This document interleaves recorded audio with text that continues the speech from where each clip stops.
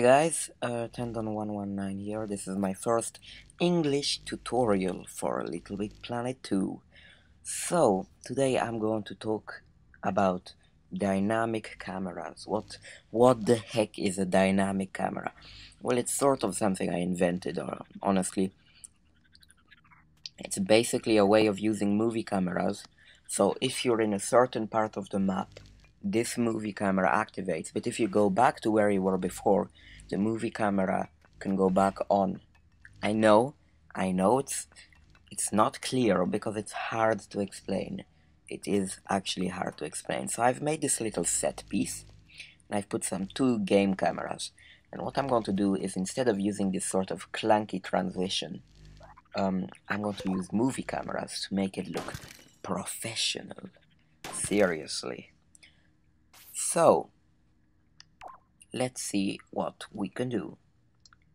It's a very simple logic, honestly. I'll do the simple part and then I'll let you guys invent your own, because it actually really is simple. So, first I took out I want to make a switch that triggers two different movie cameras when you're in the different rooms. So I took two player sensors, and one is on the left and one is on the right. Yeah. So I'm making a pulse counter here. A pulse counter is basically you put the output of the counter into its own reset, and that causes a very fast pulse signal. So I take out my movie cameras,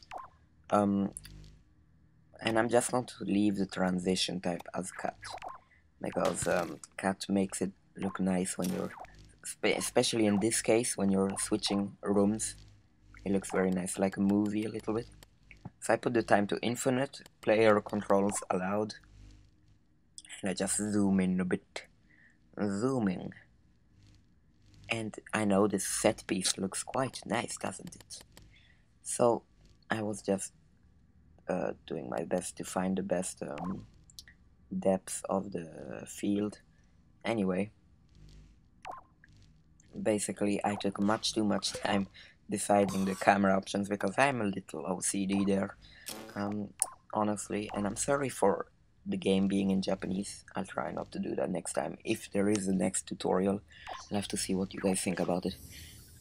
So, it's basically done, and yeah, you go in this room like you want, the movie is on forever, and then when you move rooms, it triggers the next one.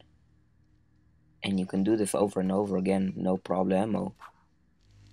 And it works really nice. And you can use this with hard pan and soft pan. And you can make more than two, obviously.